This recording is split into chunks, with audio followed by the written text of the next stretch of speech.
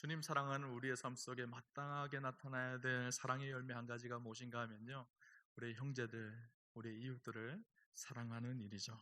여러분, 우리가 예수를 믿는다는 의미는요, 우리의 소속이 바뀌어졌다라는 의미입니다. 땅에만 속하여 살았던 우리의 인생이 이제는 땅에 속한 인생이 아니라 하나님 나라에 속한 하나님 나라의 백성이 되어졌다는 것이죠. 그전에는 대한민국 시민이었습니다.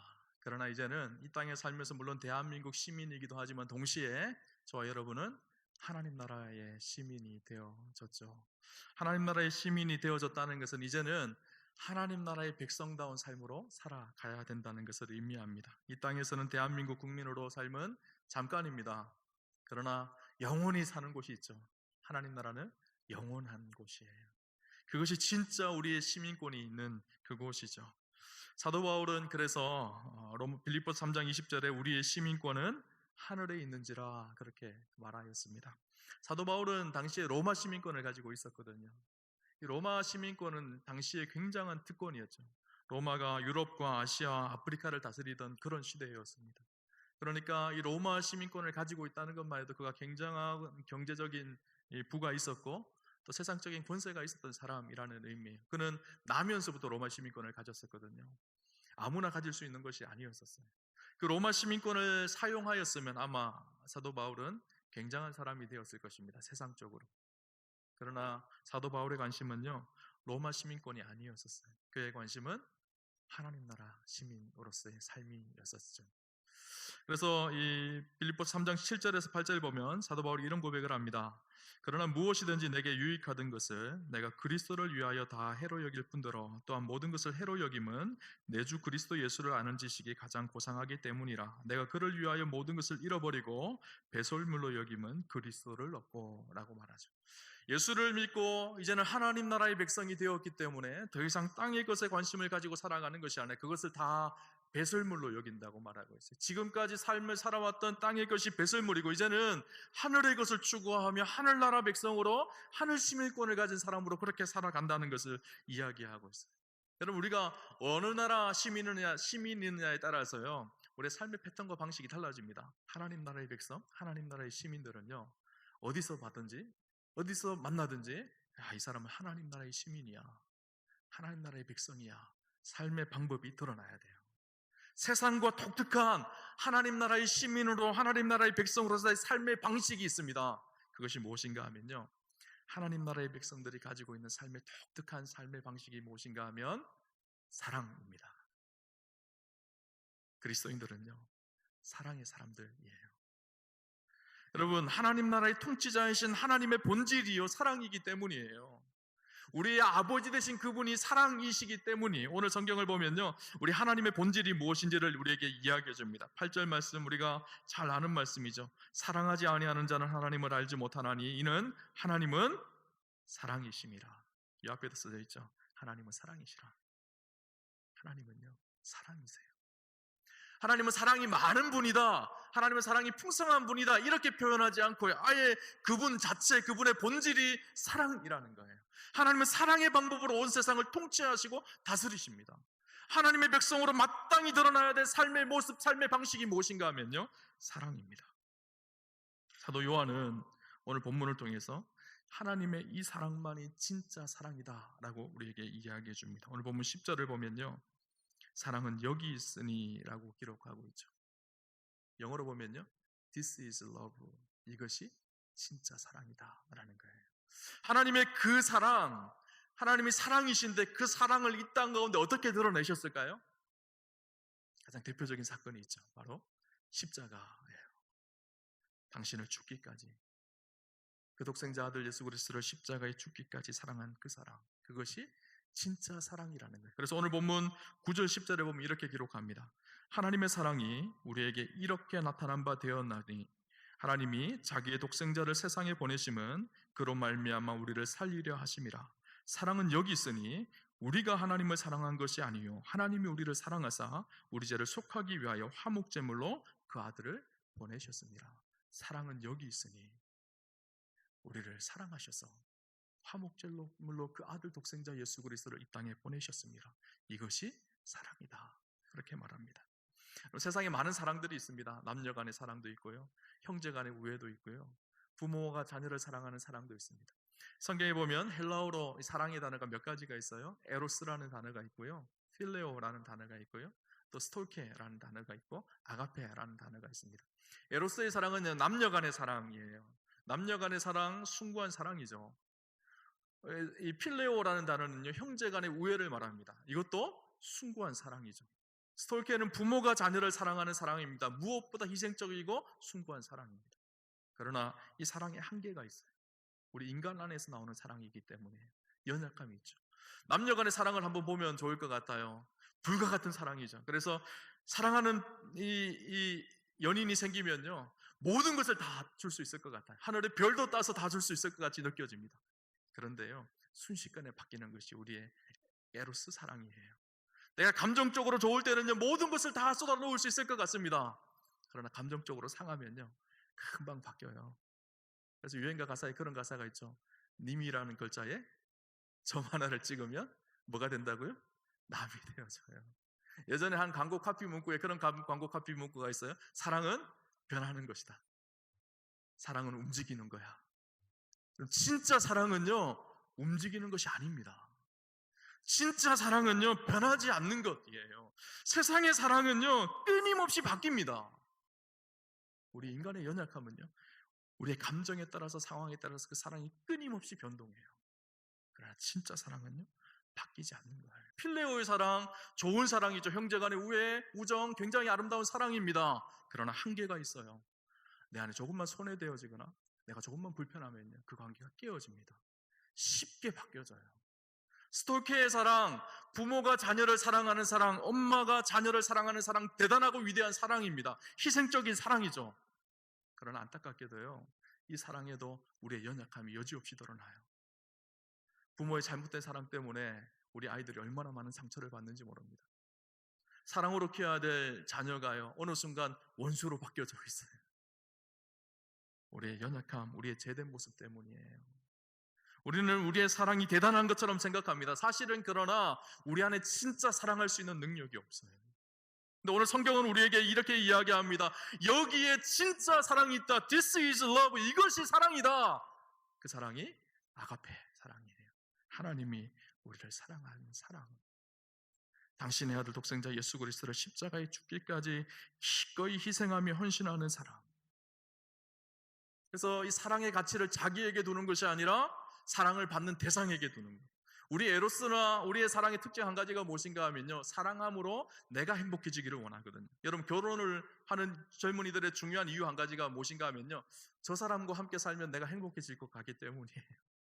저 남자와 살면 내 인생이 행복해질 것 같은 거예요. 그런데 그것 때문에 싸우죠. 내가 행복해야 되는데 불편한 거예요. 진짜 아가페의 사랑은요, 마땅히 희생이 따릅니다. 그래서 내가 행복해지는 것이 아니라 상대가 행복해지게 하는 거예요. 십자가의 사랑이 그렇습니다. 당신이 십자가에 못 박혀 죽으심으로 그리스도 안에 있는 우리가 그리스도 안에서 풍성한 삶을 얻게 하는 것. 이것이 아가페의 사랑이에요. 이것이 진짜 사랑이죠. 그래서 로마서 8장 38절 39절에 예수님의 사랑을 이렇게 표현합니다. 내가 확신하노니 사망이나 생명이나 천사들이나 권세자들이나 현재일이나 장래일이나 능력이나 높음이나 기쁨이나 다른 어떤 피조물이라도 우리를 우리 주 그리스도 예수 안에 있는 하나님의 사랑에서 끊을 수 없느니라. 세상의 사랑은요, 우리의 어떠하냐에 따라서 늘 끊어집니다. 그러나 하나님의 사랑은요, 끊을 수 없어요. 포기하지 않으세요. 끝까지 저와 여러분을 사랑했어요. 이것이 사랑이라는 거예요. 목사로서 늘 힘든 것 한 가지가 무엇인가 하면요, 하나님의 이 놀라운 사랑을 어떻게 성도들에게 이 사랑을 표현하고 드러내고 전할 수 있을까, 이 고민이 늘 큽니다.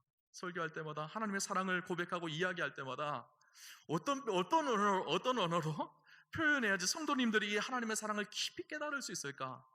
그래서 많이 드는 예화 중에 이런 예화가 있어요. 어떤 집에 불이 났습니다.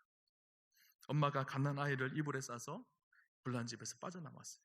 다행히 갓난아이는 다치지 않았는데 그 엄마가 다 화상을 입은 거예요. 그래서 얼굴이 흉한 모습으로 바뀌어졌어요. 근데 그 아이가 자라가면서 흉한 모습으로 바뀌어진 엄마가 너무너무 창피한 거예요. 학교에 가도 엄마가 오는 것이 싫어요. 친구들을 만나도 엄마를 소개하지 않습니다. 엄마를 늘 불편해하고 엄마를 늘 창피해했어요. 그러다가 이 아이가 대학생이 되어졌어요. 그때서야 이 엄마가 이 아이에게 얘기를 해줍니다. 얘야, 너는 엄마가 창피하지. 사실은 내가 어렸을 때 우리 집에 불이 나단다. 근데 그 불에서 너를 구하기 위해서 너는 구했지만 엄마의 얼굴이 다 이렇게 흉하게 다 바뀌어졌단다. 그렇게 말합니다. 그때 이 어린아이가 깨닫게 되어져요. 아, 엄마가 나 때문에 그렇게 되어졌구나.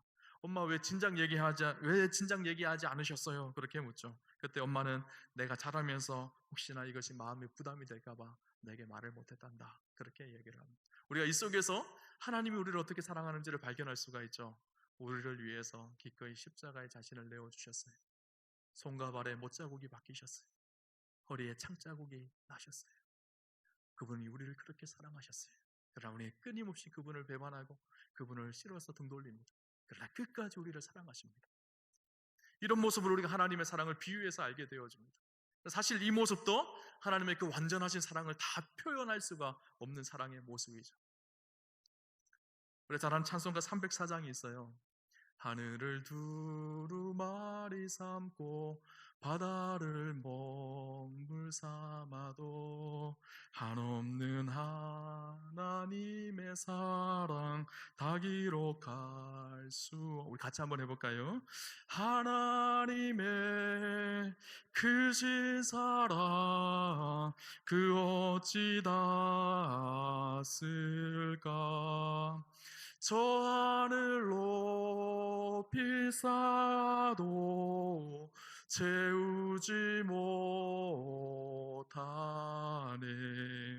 하나님 크신 사랑은 증량 다 못하니.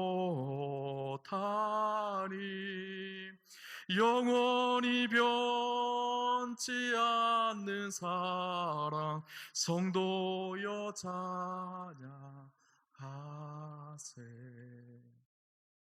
하늘을 두루마리 삼고 바다를 먹물 삼아도 그 먹물을 찍어서 하늘에 하나님의 사랑을 다 기록한다고 하더라도 다 기록할 수 없는 하나님의 그 사랑, 우리가 그 사랑과 은혜를 누리는 사람이 되어졌죠. 하나님이 세상을 이처럼 사랑하사 독생자를 주셨으니 이처럼 사랑하사, 여러분 이처럼의 크기가 얼마나 되어질까요? 우리가 형언할 수 있는 모든 형용사를 다 동원한다고 하더라도 다 표현할 수 없는 것이 하나님의 그 사랑입니다. 그래서 성경은 이처럼 사랑하사 이렇게 표현하고 있는 것이죠. 오늘 우리가 그 하나님의 사랑을 누리는 자들이, 그런데 그 하나님의 사랑을 듣고 누리는 자들에게 해야 될 마땅한 삶의 방법이 있죠. 그것이 무엇인가 하면 하나님이 우리를 사랑한 그 사랑으로 우리도 누군가 우리의 형제와 우리의 이웃들을 사랑하는 일이죠. 그래서 오늘 11절은 우리에게 그렇게 이야기해 줍니다. 11절 말씀 우리 같이 한번 읽도록 하겠습니다. 사랑하는 자들아, 하나님이 이같이 우리를 사랑하셨은즉 우리도 서로 사랑하는 것이 마땅하도다. 사랑하는 자들아, 하나님이 우리를 이같이 사랑하셨으니 우리도 서로 사랑하는 것이 어떠하다고요? 마땅하다. 마땅하다라는 말이 무슨 말일까요? 해도 되고 안 해도 된다는 것일까요? 아니요. 마땅하다는 것은요, 당연히 해야 된다는 거예요. 우리가 9절, 10절 하나님의 사랑과 은혜를 누린다면요, 거기에서 은혜를 누리는 것에서, 그 사랑을 누리는 것에서 끝나는 것이 아니라 그 다음 11절로 넘어오셔야 돼요. 11절로 넘어와서 우리도 그 사랑으로 누군가를 사랑하고 섬기는 이 일들을 하는 것이 마땅하다는 거예요. 오늘 우리의 삶의 방식이요, 하나님의 백성이라면, 하나님의 사랑을 그 누리는 사람이라면 우리의 삶 속에 마땅히 나타나야 될 삶의 방식이 뭐라고요? 사랑이라는 거예요. 해도 되고 안 해도 되는 것이 아니라는 거예요. 그래서 교회는요, 사랑 전문가들이 모여 있는 곳이 교회입니다. 왜 그럴까요? 하나님의 이 사랑을 받고 이 사랑대로 행하는 곳이 교회이기 때문에, 교회에는요 사랑의 전문가들이 모여 있어야 합니다. 저는 오늘 우리 우암교회가 사랑의 전문가들이 모여 있는 교회가 되기를 주님 이름으로 축원합니다. 근데 우리 안에요, 이 사랑의 능력이 부족해요. 우리도 늘 세상의 가치에 따라서 우리의 감정대로 사랑하기 때문이에요. 좋아하는 사람만 좋아하고 싫어하는 사람 영원히 싫어합니다. 내 마음에 좋은 사람은 끝까지 좋아하는 것처럼 보여요. 또 그 사랑도 금방 변해요. 아침에 좋았다가 오후에는 싫어져요. 그것이 우리의 감정이에요. 근데 오늘 성경에서 우리에게 주는 진실한 사랑에 반드시 나타나야 될 사랑의 한 요소가 있다는 것을 우리에게 이야기하는데, 그것이 무엇인가 하면 희생입니다. 사랑에는요 반드시 희생이 따르게 되어져 있어요. 우리 주님이 그러셨어요. 십자가로 희생하심으로 우리를 사랑하셨어요. 아가페 사랑이 그렇습니다. 우리를 사랑하시기에 기꺼이 자신을 내어주는 희생의 열매가 그 속에 있죠. 진짜 사랑은요 희생을 각오하는 사랑이요 진짜 사랑이에요. 내가 여러분의 아내를 사랑하십니까? 여러분의 남편을 사랑하십니까? 그러면요 희생할 각오를 하셔야 돼요. 주님 사랑하십니까? 그러면 주님 위해서 희생할 각오를 하셔야 돼요. 우리 주님이 그러셨어요. 우리를 사랑하셨기에 십자가로 자기를 희생하셨어요. 오늘 우리가 그 사랑을 누리는 우리에게 마땅히 희생의 열매가 나타나게 되어져 있어요. 근데 이 희생은요 그냥 되지 않습니다. 사랑의 중요한 특징, 아가페 사랑의 중요한 특징 한 가지가 또 있는데, 그것이 무엇인가 하면 하나님 의존적이라는 거예요. 하나님의 사랑과 그 은혜를 누린 사람만이 진짜 희생할 수가 있어요. 사랑을 경험해 본 사람이요 사랑할 수가 있는 거예요. 어렸을 때 부모의 사랑을 경험해 본 사람이요 부모가 되면 자기 자녀를 사랑할 수가 있어요. 마찬가지 하나님의 이 놀라운 사랑과 은혜를 진짜 경험해 본 사람이요 이 아가페의 사랑으로 누군가를 사랑할 수가 있는 거예요. 우리가 잘 아는 사랑의 원자탄 손양원 목사님 이야기를 잘 알죠. 손양원 목사님이 어떻게 원수 같은 사람을 자기 아들로 받아들일 수가 있었을까요? 그리스도의 사랑이 그 목사님을 강권하였기 때문이에요. 오늘 우리 인생도 마찬가지입니다. 주님의 사랑이 우리를 붙들기 시작하면 우리 자기중심적인 우리의 이기적인 생각들이 내려놓아지게 되고 그 사랑으로 또 누군가를 사랑하며 섬길 수가 있는 것이죠.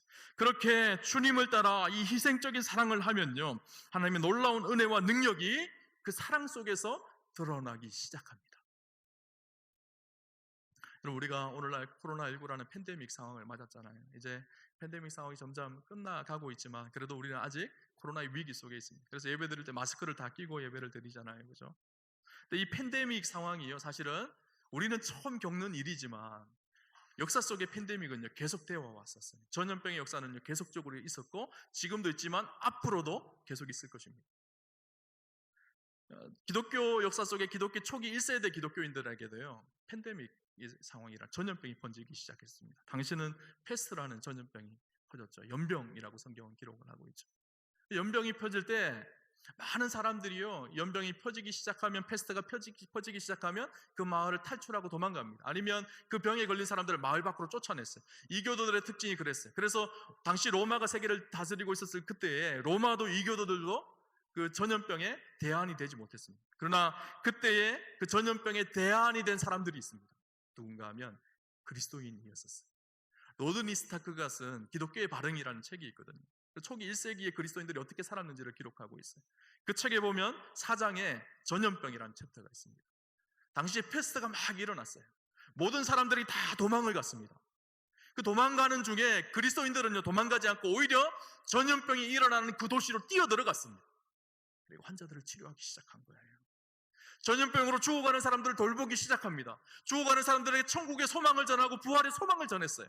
그리고 병으로 고통 속에 있는 사람들을 돌보고 치료하였습니다. 자기도 그 전염병에 전염되어서 죽을 수 있지만 그럼에도 불구하고 희생하며 사랑하며 그들을 섬기기 시작했어요. 그런데 놀라운 일이 일어나게 되어집니다. 전염병을 피해서 도망간 사람들보다요 그 자리를 지키며 환자들을 돌봤던 그리스도인들의 생존율이 훨씬 더 높았어요. 이상한 일이죠.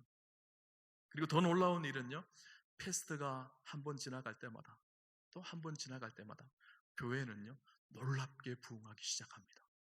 사람들이 안 것이죠. 야, 저들 안에 진짜 살아계신 하나님이 계시는구나. 무엇을 보고 알았을까요? 사랑의 능력을 보고 알았던 거예요. 교회는요 사랑의 능력을 드러내는 곳이, 세상 사람들이 하나님 좀 보여줘 그러면 내가 믿을게 그렇게 이야기합니다. 우리가 하나님을 어떻게 보여드릴 수가 있을까요?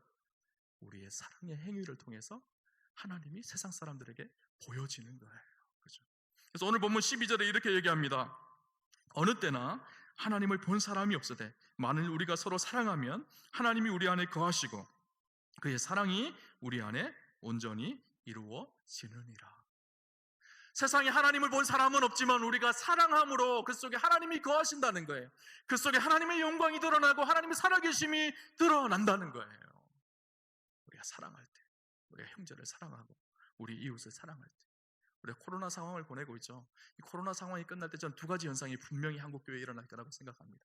사랑으로 섬긴 공동체, 사랑으로 이 어려운 상황을 사랑으로 극복한 공동체는 하나님께서 부흥의 역사를 주실 거예요.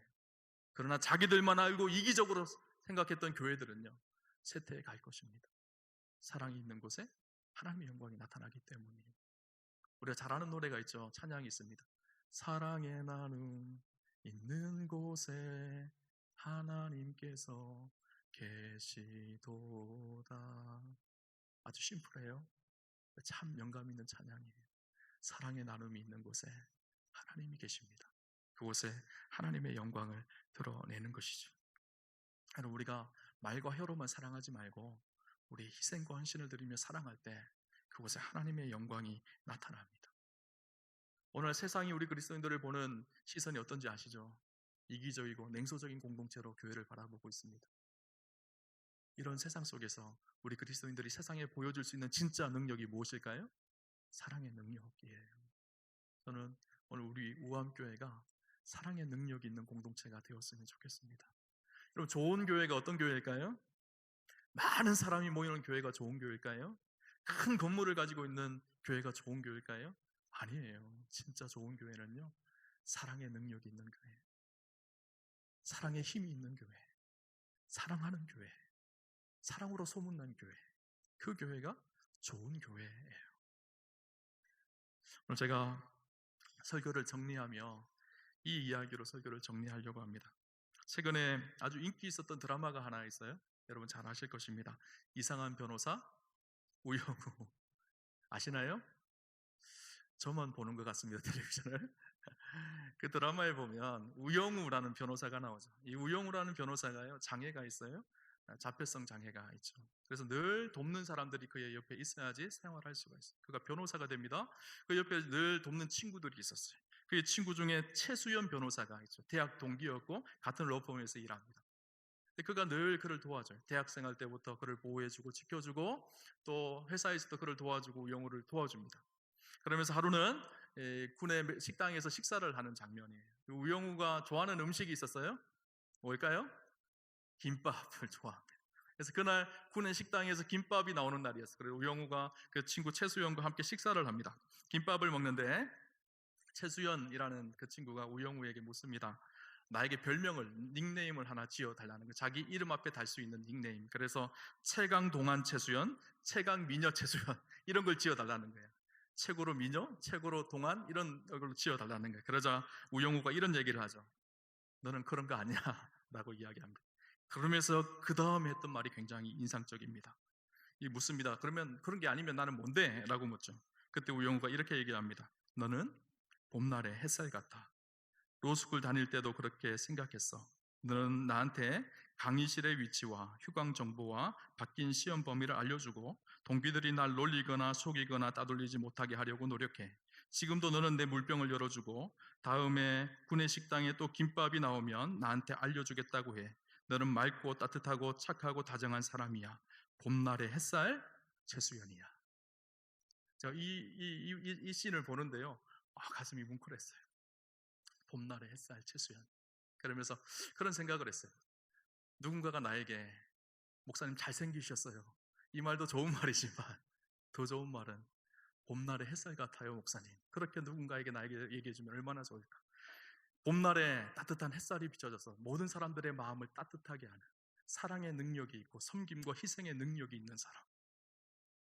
저는 축복하기를 우리 우암교회 성도님들이 봄날의 햇살 같은 사람들이 되셨으면 좋겠어요.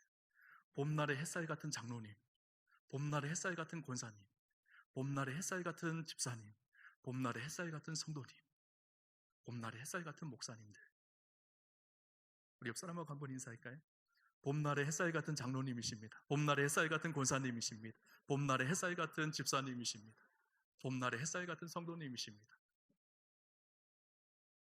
우리가 봄날의 햇살같이 세상에 사랑의 빛을 비추기 시작하면 세상이 따뜻해질 것입니다.